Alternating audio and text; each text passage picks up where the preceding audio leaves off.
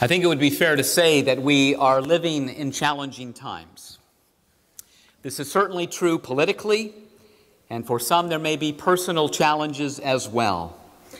And so I thought it would be helpful to revisit a sermon that I gave 6 years ago here at Emerson.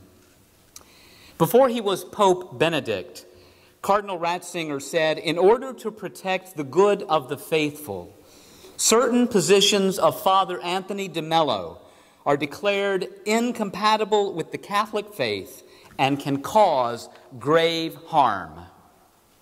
Now, I mean no disrespect, but with religion's history of condemning new ideas and innovative theology, and that includes Catholic and Protestant, and even our own history of Unitarian Universalism, I find that condemnation makes Father Anthony de Mello someone I want to know more about. Anthony de Mello was a Jesuit priest, a psychotherapist, and a native of India, and who was very popular until his untimely death in 1987. As I've listened to his teachings, I personally have found him faithful to Christianity, but not necessarily Christian orthodoxy. That is, claiming there is only one right way to be Christian. The controversy around Anthony de Mello is that he appears to have been influenced by Eastern religious teachings. While his blendings of the teachings of Jesus with Eastern religion is itself appealing, it is his casual manner, his storytelling ability, along with his penchant for making salient and life-changing points that made him such a tremendous teacher. This morning, I will do more than just introduce his ideas to you. Having watched his videos, my goal is to bring many of his actual words and stories to you. In fact, this is not my sermon at all. It is a retelling of the stories that de Mello himself told in one 30-minute video. As I said, Anthony de Mello was a Catholic priest who introduced many Christian ideas in unique and thought-provoking ways. The video segment that I will be introducing this morning is titled Prayer, but his concepts are non-traditional. As I have suggested, his style is very disarming. He is at times indirect, and yet at times he can also be very direct. The video. Knowing that de Mello is a Catholic priest, he says people often ask him, let me say that again. People often ask him how to pray better. De Mello is happy to comply, but he responds, "You might have to revise your notions of prayer somewhat radically." He begins by describing what prayer is not. There is a man who came to a Sufi teacher, and he claimed, "My trust in God is so great that I have not even tied up my camel to the hitching post outside." To which the Sufi master replied, "Go outside and tie that camel to the post, you fool. God cannot be bothered doing things for you that you can do for yourself." And a Jewish rabbi, a very devout Jew who had done his best all of his life to keep the law. When he got old, he prayed to God to let him win the lottery to help him in his retirement. And he prayed and he prayed and he prayed. 3 months, a year, 3 years go by and nothing. Finally, the Jewish rabbi prays to God, "God, give me a break." And God says, "Give me a break yourself. Go buy a ticket." As to prayer, God cannot be bothered doing things that you can do for yourself. So what is prayer? De Mello tells another story, and with de Mello everything is a story. And this story certainly has multiple meanings. There was a man who invented fire. He went to a town high up in the mountains and showed the people how fire could be used to warm their homes and cook their food, and the people were greatly pleased. But the man did not wait around to receive thanks. He went to another village and again taught them about fire. The leaders in town, though, saw that the man was becoming very popular, and they felt threatened by him. And so they had him poisoned, and he died. But the leaders were very clever. They had a portrait made of the man, and they put that portrait on an altar. And they brought all of the instruments of fire, and they put them on the altar as well. And they developed liturgies about the fire and about the instruments of fire. And the man was greatly venerated. And for decades and centuries, they worshiped at the altar of the man who brought fire. For centuries, they worshiped and they worshiped, but they had no fire. Fire, says de Mello, that is prayer.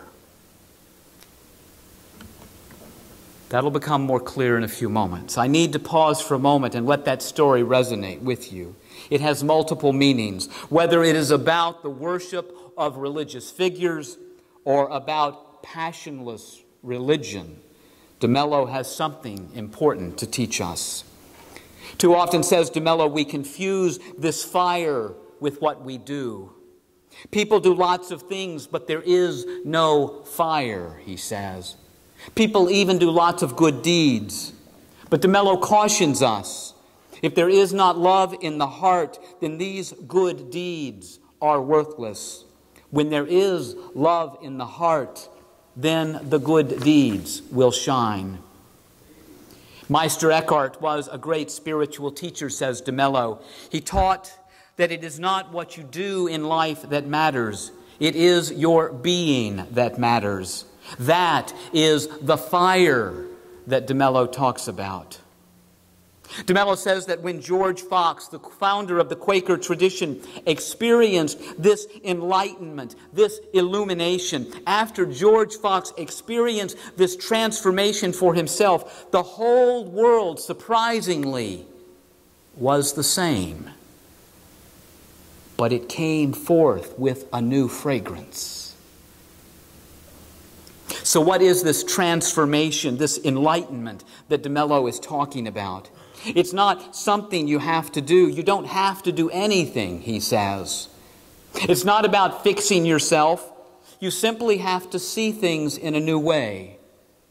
It's a change of mind and a change of heart to see things in a new light. You don't need strength. You don't need youthfulness. You don't need self-confidence. You don't need willpower. You don't need effort. What you need is a willingness to think about the unfamiliar, the willingness to see something new. The last thing people want, says de Mello, is to see things differently than they have been seeing them all along. De Mello says, what I'm going to say next will shock you. Are you suffering? Do you have problems? Could it be said about you that you are not enjoying every single minute of life? If you are not enjoying every single minute of life, if you are suffering, if you are disturbed by something, if you do have problems, then, says de Mello, there is something wrong with you. Or as I would say, you have a choice to make. But you say you've never heard it said this way. You've heard it said that it's natural to have problems. It's natural for people to suffer. Here is what we need to understand about suffering. You can be in pain and suffer, or you can be in pain and not suffer. To end suffering is not to end pain. Said a great master, before enlightenment, I used to be depressed. After enlightenment, I continued to be depressed. Here is the difference. Suffering means to be disturbed, to be bothered by your depression. That is what is meant by suffering, to be disturbed by your pain or by your depression or by your anxiety. Where does this suffering come from? The Chinese have a marvelous saying. In all the universe, there is nothing so cruel as nature. There is no escape from it.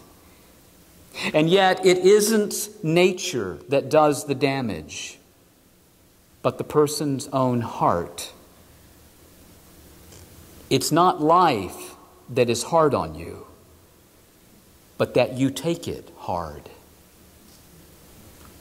There is an African tribe in which when a man or a woman is sentenced to death, there is no executioner, no gallows, no electric chair. When a man or a woman is sentenced to death, he or she is banished. They are forced to go live outside the village, and within a week they are dead. You might say, well, the tribe killed them or killed him by banishing him. No, says de Mello, he killed himself.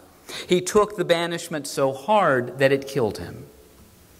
Actually, says de Mello, it was his conditioning that killed him. It was his way of looking at the banishment that did it. And de Mello will have a lot to say about our conditioning. We have all heard of students who take exams so seriously that they commit suicide if they fail or do poorly. It is not the exams that kill the student. It is the way they react. Suppose you are planning a picnic and it gets rained out and you take it hard.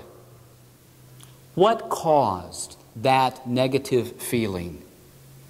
Is it the rain, or is it your reaction to the rain? At this point, de Mello invites his audience to close their eyes if they wish. He asks them to think of something that is disturbing them, something, he says, that is disturbing you right now or in the recent past. The disturbance that you are feeling does not come from the outside. The irritation that you are feeling does not come from a thing or a person or an event. Did you make a mistake? Did you have an accident? Did you lose your job? Did you lose money? Your suffering comes from the way you are reacting to the thing or the event or the person. Perhaps you can see it this way. If someone else was in your place, he or she quite conceivably might not be disturbed by what happened. But you are. How come? Most people will plunge headlong into trying to change the reality when what we need is willingness to see things in a new light. A priest was helping a man who was suffering from AIDS. A strange thing happened to this man. The man who had AIDS said, "I only began to live when the doctor told me I had AIDS and I was sure to die. I only began to live when the doctor told me I had AIDS and was sure to die." The priest says about half the people he has helped respond this way. De Mello says quite boldly, no one has ever hurt you. The hurt you felt was done by you. Actually, he elaborates, not by you, but again, by your conditioning.